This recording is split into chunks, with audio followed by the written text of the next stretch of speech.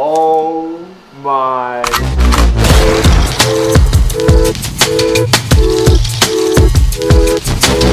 With the Minecraft movie right around the corner, I was approached by Socks IRL to build out some villager costumes for a real-life Minecraft project of his. Despite my crippling FNAF addiction, the first full costume I ever made was actually Steve. So without a question, I was immediately on board. To start off, I had to create a scale 3D model I could base the patterns on. In the Minecraft canon, each pixel is about 6.25 centimeters, and while it would have been cool to make them exact, they would have been much larger than we could fit a person inside. So I ended up changing that pixel measurement to about 5 centimeters per pixel. Some slight edits were made to the game models, so they're not 100% accurate pixel-wise. I had to extend the torso down a bit to fully cover the human underneath, as well as adding defined feet instead of the game-accurate stubs. So whoever's inside doesn't risk falling and breaking all their bones. Once the model was complete, I had to start assembling a small team to help out. The turnaround for these guys was about 2 weeks, and with the space I have to build, I definitely couldn't have done it on my own. I began drafting out some paper patterns of each of the villagers' faces, and then I traced and cut all of them out of foam. I chose a higher density EVA foam for this build, which allowed for stronger structure and more support. Anything less sturdy would have had problems with collapsing in on itself, completely ruining the blocky look. After the pieces were cut, it was time to glue everything together. My go-to for this is contact cement. In my experience, it's been the best glue for any foam-related projects. It's not as heat sensitive as hot glue, and it's far more tacky. Just make sure you use it in a well-ventilated area. It's got some pretty deadly fumes. And also make sure to wear gloves and a respirator mask. I know I'm not doing either of those things, but that's because I'm stupid. While gluing, our supervisor stopped by to make sure we stayed on track. And with her help, the bodies came together without any problems. After a very serious test fitting, it was arms time. Eagle-eyed viewers might notice we're no longer in my tiny apartment, and that's because Robbie Epic Sauce generously let us borrow his craft corner for the majority of this project. Socks requested the costumes have some ability to hold items, so I got some high-strength magnets and glued them to the center where the hands would be. I had considered using Velcro, but the magnets proved to be the best since you can't tell they're there at all. After making the arms, I swiftly remembered that the torsos in fact do not have armholes. So we cut armholes. We did a quick test fit, and while the costumes are looking a little bit ghostly, the essence of a villager is starting to appear. Did you hear that? He's learning. For the feet, I glued together the leg pieces and then slapped some Crocs in there so they could be wearable, comfortable, and fashionable. This is now the point where we completed the general foam work on all 3 of the suits. From here, we started splitting the workload between the fabric and the skin effect. I specifically chose fabric with a woven burlap type texture for the normal villagers. For the wandering trader, I wanted to lean more into the illusion of higher quality textiles. To me at least, it seems like he lives a more extravagant lifestyle than the rest of the certificates. Now the fun and games end, because after the clothes were sewn together, we began what I like to call the skin odyssey. We began prepping the parts so it would be exposed skin by heat treating them to open up the pores for a better skin texture. I decided latex rubber would be the cleanest look, so I put it in a spray gun and went to work. That turned out not to be the best choice. It was gummy and left drips, and generally it just wasn't great. That's okay. How about we try sponging it on? This worked alright, but it ended up taking way too long and it wasn't very smooth. And finally, we tried a paint roller. This went great! It was just textured enough to emulate skin, but smooth enough that it looked like one consistent piece. But you know what? I don't like the way this guy's looking at me.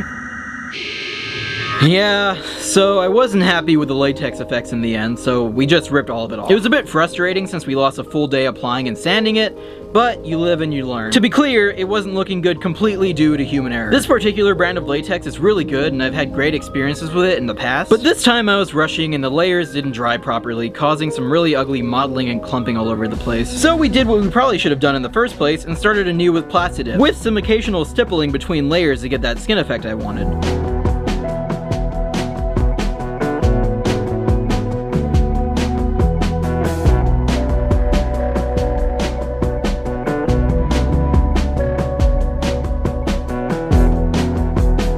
Initially, everything went smoothly. We did run into a small problem with one of the heads. Tearing the latex off created some extra rough patches, but with a passive light sanding and some fillers, I fixed it right up. It's painting time!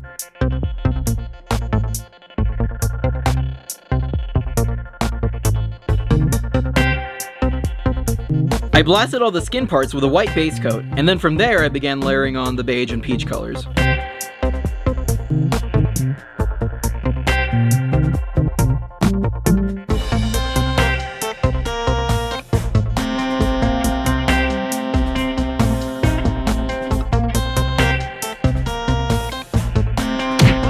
After getting the main colors down, we started creating stencils to mask and paint on the different colored pixels across the skin.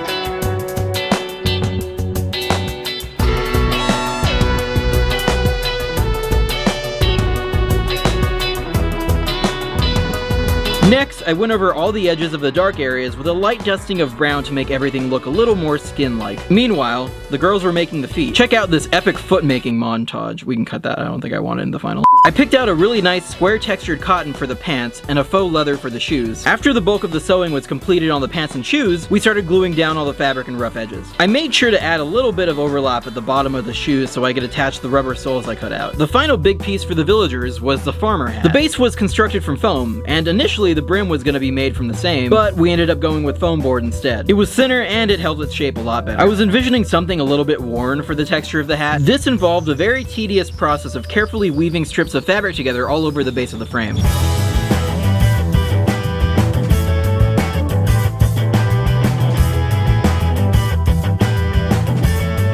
After some more stencils and a bit of detail work, the hat came out perfect. The girl started on fabric work for the wandering trader. Because of the different cube shapes present across the trader's head, this part proved to be the most difficult to sew together.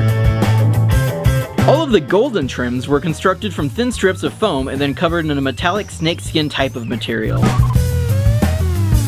Since the bulk of the work left to do at this point was for the wandering trader, I focused on getting the sandal details complete for his feet. I used some faux leather to replicate the texturing seen on the game model.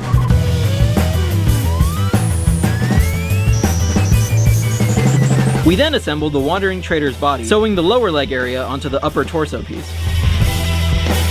Meanwhile, the girls finished the clothing on the trader and attached the rest of the trim to the arms. We added a few more details including the belt, leather patches, and his gold chain. So funny story, I brought a really nice square gold chain online to use for this, but it was stolen off my doorstep. So I had to run out and grab a last minute substitution. While all those fabric details were being completed, I 3D modeled and printed some custom presses for the eye and mouth match. I got some custom designs printed on mesh by Blizzard Wolf Art and then blasted them with heat and pressed them into the eye and mouth prints. Luckily, everything came out pretty good after a few false starts. I went over all the mesh pieces with a bit of darker airbrushing to get some color differentiation around the edges, and after that they got glued into the head. From here, all that was left was the small detail work. The brows were glued on, I added some extra depth to the skin areas with some sculpting tools,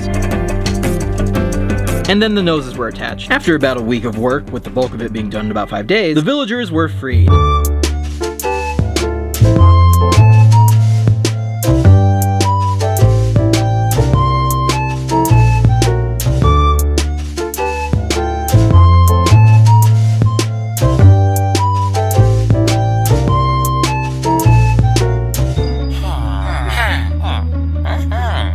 And now they've been sent off to their loving forever home with Socks. The Minecraft villagers, they're here in this very box. We're gonna have to put these on. Oh, welcome, by the way, to our underground mining facility. But nothing is as cool as the villager. Yes, I am so excited. This is so cool. Most people buy fancy cars or gamble their money away, which I approve. He put so many layers of foam, so they should be completely untouched. Torso and legs. Ooh. Can I touch it? It feels weird to touch it. Oh, it's the villager, like legs. Is this his legs or wait, no, that's his body. Oh, these are the legs. Yo, I'm sorry, I have to see the head. Oh my goodness. This is the coolest thing I've ever seen in my life. Dude, does that just look epic? Huh. Yeah, I don't know if this is gonna fit me. It was meant for someone smaller and I got a big head. Oh, that's heavier. Oh, this is like the real deal villager. This is the big boss villager. Oi, oi, oi. Yep. That's a nice pair of arms right there. You like this is kind of stupid? I can't put my arms through, it's too tight. If you want to see him in action, make sure to subscribe to the Socks IRL channel so you don't miss their Minecraft in real life video. I also built some armor you'll see in that video, so be on the lookout.